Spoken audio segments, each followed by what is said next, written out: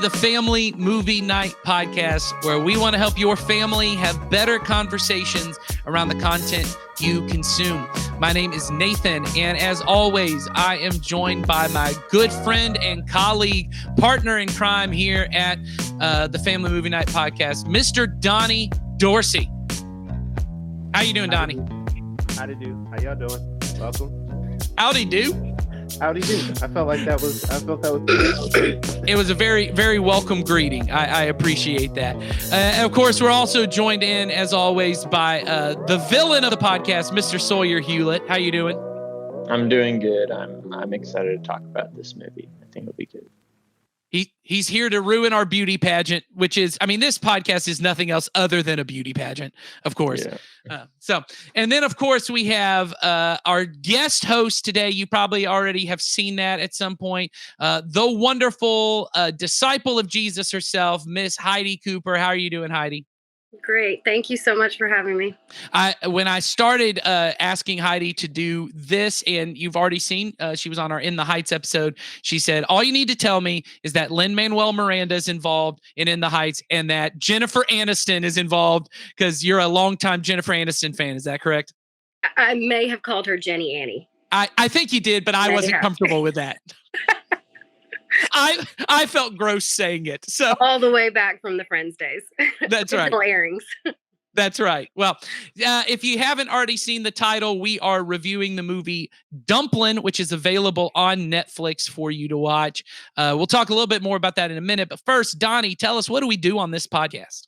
Yeah, so on this podcast, we encourage every family at Community Christian Church to have a monthly movie night to help you and your children build memories, start conversations that matter. And the goal of our family ministry is to help you raise your children to love Jesus and his way of life above all other things. And we know that critical to that is for you to have routine, regular times of connection and shared experiences that help you build stronger relationships. And movie nights are a great opportunity to do that, because movies not only are an easy way to share laughter, enjoy together, and even some more complicated emotions like grief and sadness in a safe environment, but they also give us a chance to talk about what matters most to us in a way that's actually meaningful and memorable to our kids. It's not just some lecture. They have some fun to enjoy with it. On this podcast, we not only recommend movies you could watch as your monthly family movie night, but also give you some ideas of meaningful conversations you could have with your children during or after the movie. And today we're talking about the movie Dumplin, as I already mentioned. This is a PG-13 movie. And I will say, just like In the Heights, there are probably some conversations in this movie that if you've got young grade school age kids, you may not be ready for. I'll just say there are characters in the film that are drag queens and part of a drag show. If you're not ready to have that conversation with your young kids, this may not be the movie to watch. That's okay. We got lots of other movies you can watch. But just want to give you a heads up, because we are trying not to put you in any awkward, uncomfortable scenarios. So this may not be the movie for your family. That's okay. But we'll talk more about that in a minute. Before we get to that, Sawyer, tell them what else they need to know for this podcast. If you're watching on YouTube, we would love for you to just like and subscribe. If you're watching on Facebook, make sure you give us a follow. And on our Facebook page, actually, if you can go to, we have a parent group. And so if you go to the groups page on just our main Facebook page, there's Community Parents Kids Group. Okay. And if you go there, we have tons of extra content that will help you parent your kids to follow Jesus more closely. And so we'd love to see you over there. And as always, the goal of this podcast is not to add another thing to your list of things as a parent that you feel guilty that you're not doing. Our goal really is to make it easier and more fun for you as a family to be together. And so we think this could be a great chance with this movie here, Dumplin. Especially, I'll say this, if you have teenage girls in the home, I think this would be a great movie to watch if you've got a middle high school age girls in the home. A lot of fun.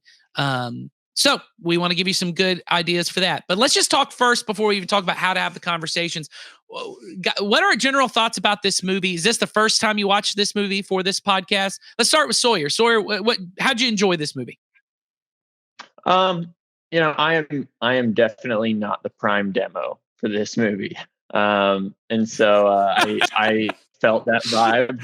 That was like the most I was not diplomatic supposed to- answer you could have given. Yeah, right. And so, but I will say there's stuff to like in this movie, even for me. I love a lot of the themes of this movie. Okay, if you got young kids, maybe don't watch it. That being said, the first scene where you're introduced to the drag show is a pretty funny scene, I will say. And also again, like the character of Willoughby is a very good character, and I really liked it. So yeah. Well, good. Heidi, what about you? You were excited to see. I'm gonna call her Miss Aniston Yes, from this Miss point Aniston. going forward. Yeah. You were excited to see Miss That's Aniston. appropriate. You're not on the same level as I am with her. So Yeah, I think, not close I think friends. it's right that you, yeah.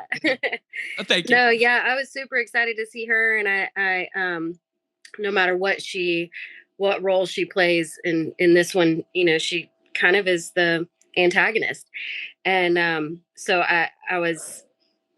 She's perfect. She's perfect at it. She does such a good job of just being a real pain. Yeah. Well, and for people who don't know, I realized I didn't tell what the movie's about. The movie, I'll just read the IMDb plot description. Willa Dean, also known as Dumplin, that's the nickname her mom, which is Jennifer Aniston in the film, has for her, is a plus-size teenage daughter of a former beauty queen. So that's Jennifer Aniston. She signs up for her mom's Miss Teen Blue Bonnet pageant as a protest that escalates when other contestants follow her footsteps, revolutionizing the pageant and their small Texas town. So I'll say I thought this movie was a lot of fun. It's very funny. I think Jennifer Aniston is the perfect person to cast. One, I don't think the movie would have gotten picked up if not someone at her star level. It's just the state of where we're at in Hollywood.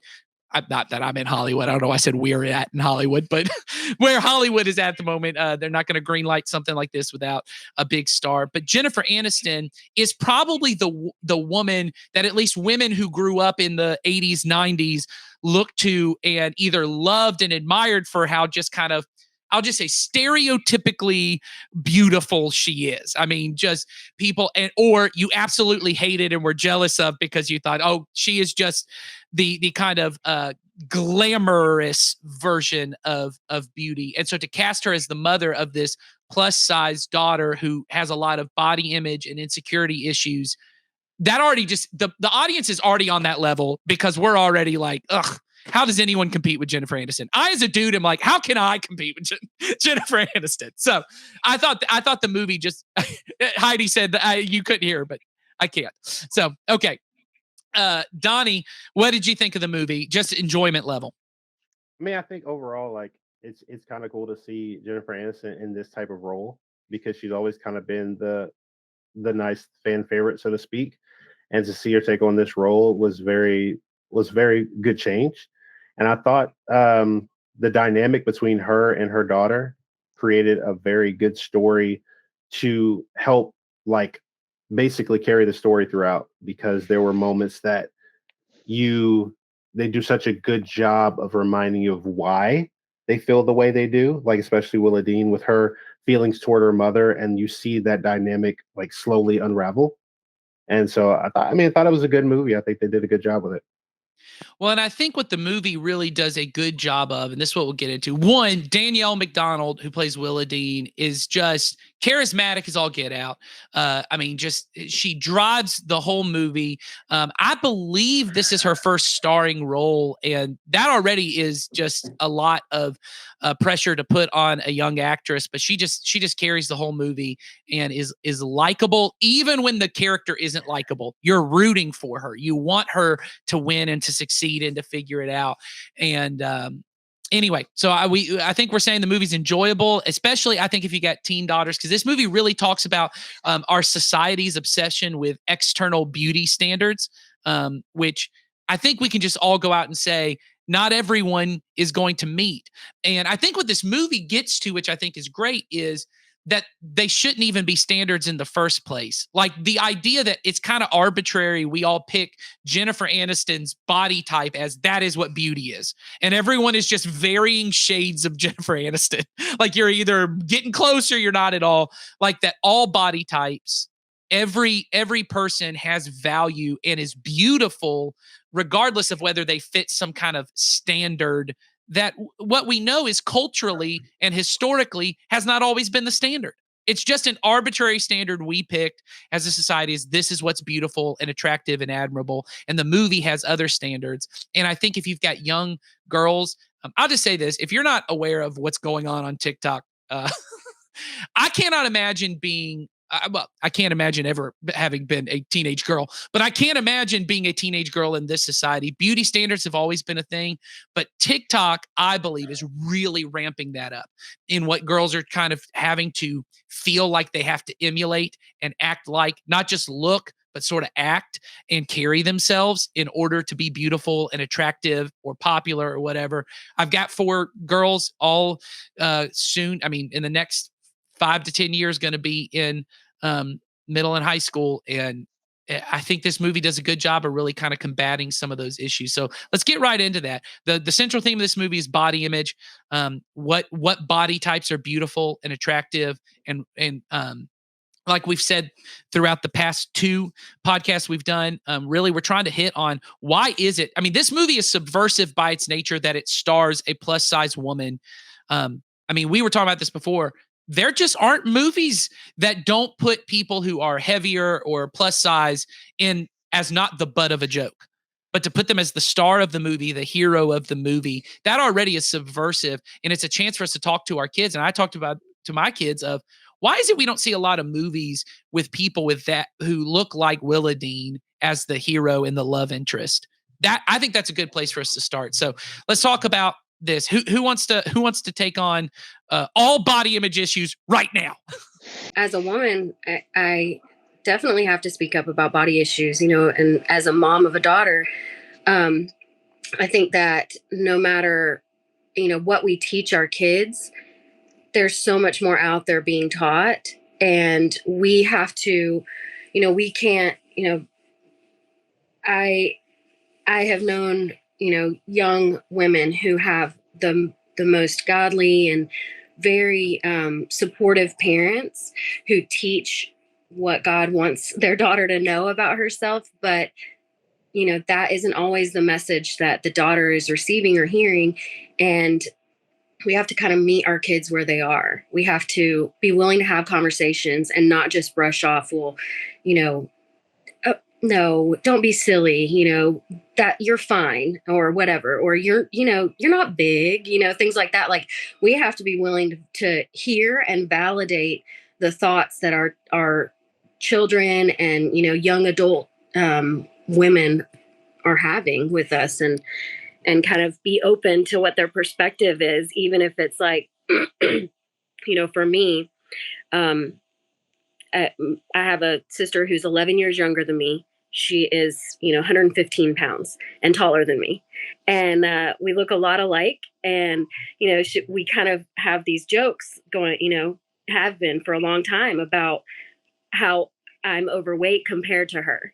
And I think that, that was always a thing that never really bothered me. But now I think differently about having those conversations in front of my daughter and her daughters, because I don't want them thinking that there is something wrong with, the way I look, and it has to be that you look the way she does, Yeah.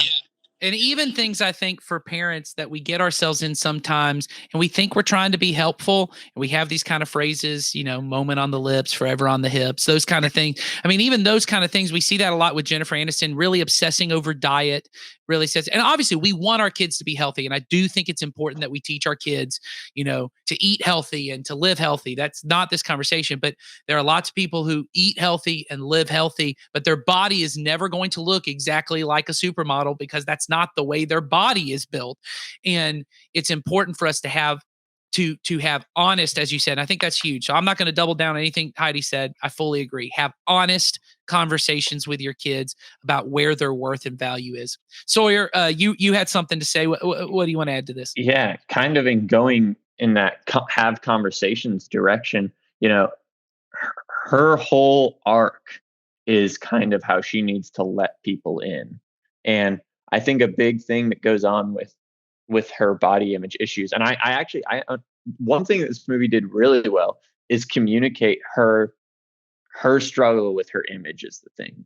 and it communicated that she is so insecure that she keeps people at an arm's distance. She's kind of standoffish. And something that the movie does very well is it takes her on this journey where she realizes that she needs to accept people and stuff like that. And I find it, and without getting into too much detail, maybe we will, but without getting into too much detail, there's a moment in the movie where the light clicks on for her, and she kind of is like, okay, I'm good now. And it's this really powerful moment, honestly. And so I think that's a really, really good message to be sending, is just like, you're good and people love you is the thing. People love you and you should accept said love.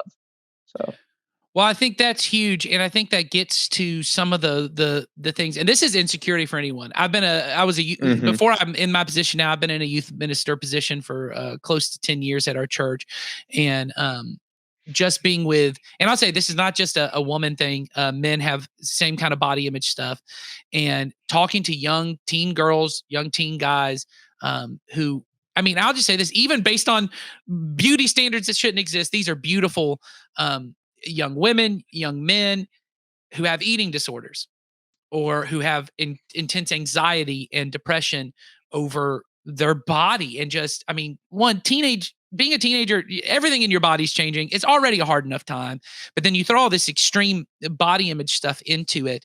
And to be able to have those conversations. And what I have seen is that kind of insecurity, and we see this in the movie, leads to two things. One, it leads to a lot of judgment. So what ends up happening is I've noticed a lot of people who have what I'll just say is like low self-esteem, low body image. They think that everyone else too highly values body image. So they become very judgmental of every other person in their life. They're skeptical of people. They're highly critical of other people. When my whole focus though is my body image, I'm also really highly valuing body image. I'm just putting myself down. Like that's something I've had to deal with in my life, just as a guy, dealing with stuff with my own body, of just feeling out of place in my own body, right? And just feeling like, oh, I should be better than this. I should look better than this. I should do this. And that's a tough thing, I think, for guys to talk about. I think it's tough for everyone, so I don't want to highlight that. But I think there's already cultural conversations for women to have that, right? And there's not really a place for a guy to say like, dude, do you think I'm ugly? Like, you don't have that conversation as a dude. Or like, you think I'm fat? Like, you can't have those conversations as a dude. But it is a thing that young men and adult men. I mean, I'll be honest. For me, that's been a thing my whole life. I have very athletic, taller, older brothers, and my whole life I've always been a little heavier. I've been on and off diets my whole life, and it's always been a thing. And there's really not a place for guys to talk about that. So even though I think this movie is really targeted towards young women and, well, women of all ages, I guess, but I think it's helpful for your teen girls. I think these conversations matter with your boys too, of to say, you offer more to the world than just your body. But also, like Heidi said, I think this is true, is it's biblical that God gave you a body. So you have to learn how to be able to say, hey, God gave me this, so I need to care for it properly. But hating my body is also not biblical. Hating my body and what God gave me is not biblical either. So, well, something you touched on, Nathan, with the insecurities of beautiful young people that you have interacted with, and I think there's not you don't want to miss the fact that, like, when you think of like a stage of like where bullying happens the most, we think about teenagers. And then when you think about the stage where most human beings are the most insecure in themselves and their body is going through all kinds of crazy stuff, those correlate, And so it's like, if we're having conversations with our kids before, throughout, and even after that, then we can kind of reframe the conversations that they're having, where they're just saying like, yeah, I mean, I know that I don't see what God sees when I look at me. I hope I do. I hope to get more in line with that. But I also want to always look at other people the way that God would want me to see it, the way that God does see them, and communicate that kind of, observation to them. Not, you have this minor thing that, you have a freckle in the wrong place, or, your hair is too thin or too thick or whatever, that we tend to, in that stage of life, especially, kind of rip ourselves and each other apart in. Yeah. Well, let's talk a little bit about how to have these conversations. Donnie, you have 2 kids. You have a young daughter and also a young son. Are you and your wife having any of these kind of conversations with your kids? What is that like? Definitely a lot of conversations about understanding their value being more than just what they can do and like what they appear like. Because I think it's a conversation that a lot of parents have difficulty having, myself included, just because you don't know what their thoughts are of themselves. So you're making perceptions based on maybe something they've said, or, certain things like, they might be like, hey, I see this person on television. I'd love to be them. It's like, is it because you're just enamored by what they can do, or is it how they look? Because I thought was very cool is that I think the most resonating thing for my daughter especially has been she's been watching a show called like Gabby's Dollhouse, and she looks very similar to this girl in this show, like almost identical. And the way that she connects with that and sees value in herself just for feeling like she fits in and belongs is such a big conversation to have. And I Yeah. think that's something that this movie captures, is that understanding that your value is not in just the way you look, it's in what you bring to the table, you know. Well, So and I think what you're hitting on there, Donnie, that's huge is this, and you brought this up earlier, but this aunt character that you only really meet her because she's already passed away by the time the movie begins, but you only really hear her in terms of how other people talk about her. And she and Jennifer Aniston's character is sisters with this character. Oh, I cannot remember the character's name. I'm terrible with characters. Lucy. Yeah. Lucy, thank you. Lucy and her are sisters, and they both were heavy as children. They were plus size as children. I don't know if you call children plus size or not, but they both struggled with weight as a young age. And she talked about how Jennifer Aniston's character lost a lot of weight in either middle school or high school, and goes on to do this beauty pageant. And you find out at one point that Lucy also wanted to do the beauty pageant, but she held herself back. But in the end, it wasn't what she looked like that everyone remembered. It was how she treated people and the way she made other people feel about themselves that mattered most, which we know is a biblical thing. It's what you do for others in the name of Jesus that matters most. Donnie, you had some ideas about that. You want to talk about that? Yeah, I mean, like it's such a big part of it because Lucy represents the type of person you kind of strive in a certain way, not with the insecurities, because we all have insecurities, but in the sense of how she treated people. It was more about how people felt after encountering her and interacting with her. It wasn't, because when you hear the stories about her, they're like, well, oh, she was so sweet, or she was so this, and like all these lovely compliments. And that didn't come from her showing up and, them saying, oh, well, she's beautiful. That might have just been like a side and an aside. Oh, she's a wonderful person. Oh, and she's also beautiful. It was always how she treated them. And I think you see that in like how Willa Dean like interacts with her friend Ellen. Like that just relationship, there's not about the look. It's about two people that care about each other and just are just loving each other just for who they are.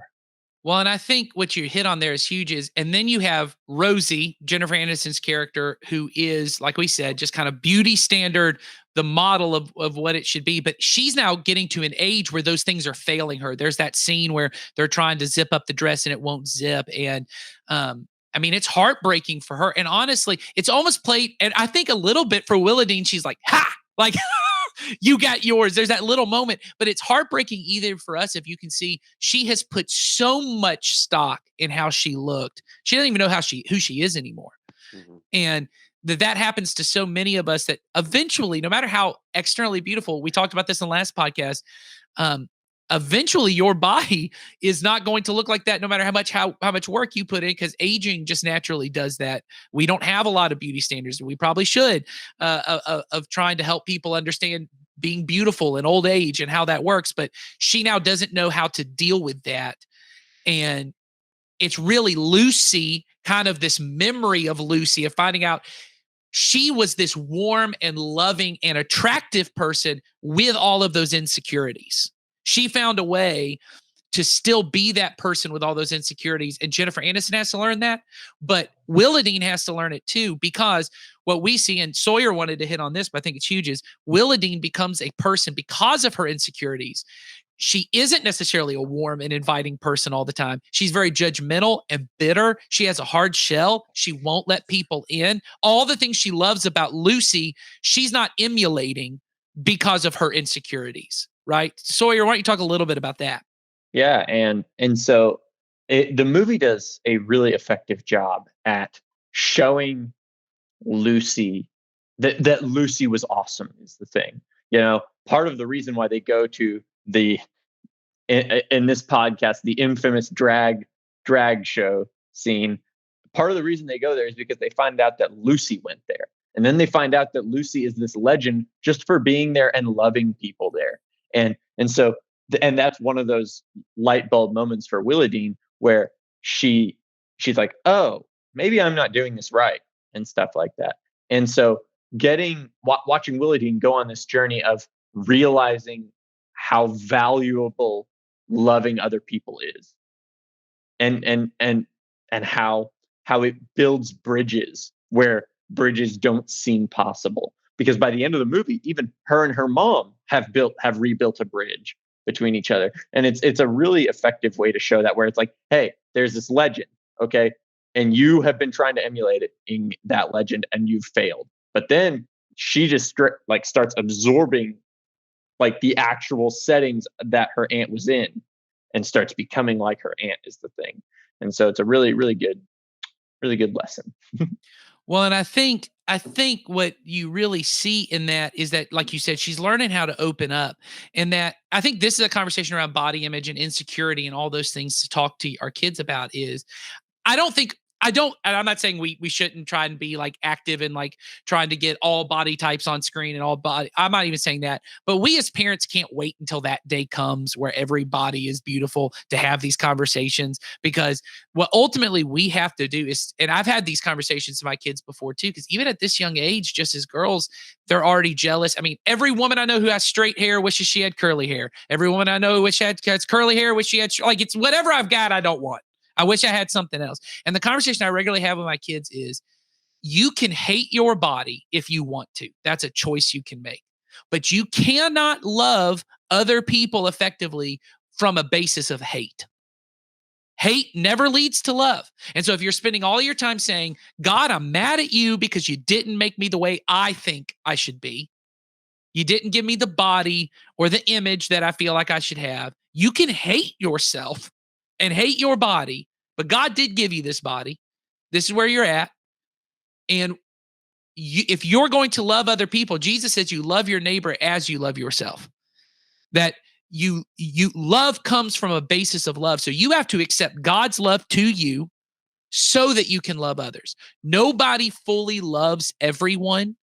And because love means I want what's best for you, unless they're receiving that from God. We can love people in small doses here and there, but real love comes from God. And so I have to let that come to me first and accept God's love for me. And that doesn't just include my insides. That's my body too. That's God. Jesus said, I want you to love me with your heart, soul, mind, and strength. And by strength, he is talking about our bodies, who we are. And so I think that part is, and that's the only way I can really open up and love other people. So it really is a choice. And I can't let the culture determine for me what's beautiful. I have to find what's beautiful and powerful about my own body. So I think Sawyer kind of touched on it, but there's this huge character who is never actually alive in the movie. And the thing that, her aunt did that then she begins to do in her own circle is that she looked for the unique value and worth in each person. And that is that's exactly how her aunt lived. And so she's such a huge character, even though she's been gone for 6 months or so, I think they say. And essentially it's like everyone, all of the different characters in the movie, big and small, are impacted by the way she lived her life, and after she's gone, she's still impacting these people, connecting these people. And then you see her niece, who goes from being somebody who is, I think one of you guys mentioned it, like more judgmental herself than most, of the people that she's friends with. And she comes full circle and becomes, for her group of friends, what her Aunt Lucy was for her group of friends, for Lucy's group of friends. And so I think that's really cool, the way they develop that. Well, and I think that's the idea that really we would love for our kids to be able to get, is that God calls us to love everyone always. And it's people who look like us, people who act like us, and people who don't. And that if I am so ashamed and hateful of who I am and the way I'm made, I will be so focused on myself that I can't look for people who look different than me, and I can't move towards that. There's this idea in our culture right now, it's really huge, of xenophobia, which is to be afraid of the other, to be afraid of the stranger, right? People who are from different countries or who look different from me, and it leads us often to hate people who are different than us. Well, there's this term for the church early on, which was xenophilia, which is love. Philia means to love. It's love of the other, love of the stranger. That what is different about our world, which is really tolerance heavy, which is kind of let anyone be whatever they want to be, think however they think. You have to accept it. You don't have to like them, but you have to accept it. You just have to deal with it. But love is so much beyond that. Love is, I am for you. I move towards you. It's not just, I'm okay if you live here and I'm not going to hurt you. It's, I want to know you. I want to know what's special about you. I want to know the unique way God made you to be of value in this world. And you have value to me. And I'm going to move towards you because you're different from me, because I want to move towards the stranger. I want to move towards it. That's a different thing than tolerance. Tolerance is, I may despise you, but I just can't do anything about it. I can't say anything about it. I can't hurt you. I can't do any of that. Love requires that I move towards you. And I think we see that in this movie, and we get a chance as parents to really move the conversation deeper than that. And we get to say, okay, this movie's saying you should have confidence or you should love people because of these bases, kind of intolerance and loving yourself and self-care, which are not necessarily bad things. But our motivation to do everything is because of Jesus. And Jesus moved towards people who were different than him because everybody was different than him. It was his only choice. He had to be near sinners and tax collectors because everyone was a sinner. That's just the nature of it. And he chose to move towards us and to love us and to be for us, not just tolerate us. He brought us in, he welcomed us, and he helps us to be better. It doesn't mean he leaves us where we're at. He's going to move us to be better than we are. And sometimes that requires seeing things about us that aren't right and hearing truth about ourselves that we don't want to hear, but it's always done in love. And I think this movie does a great job doing that we can help our kids see the kingdom value, which is to love everyone, not just tolerate everyone. And we are one of the everyones we have to love. So, I think that's it for this discussion today. We are very thankful to have everybody on. Like I said, this will be a great movie for your teens and your family. We hope you guys enjoy it, and we'll see you next time as we continue to learn how to teach our children how to love Jesus and his way of life even more.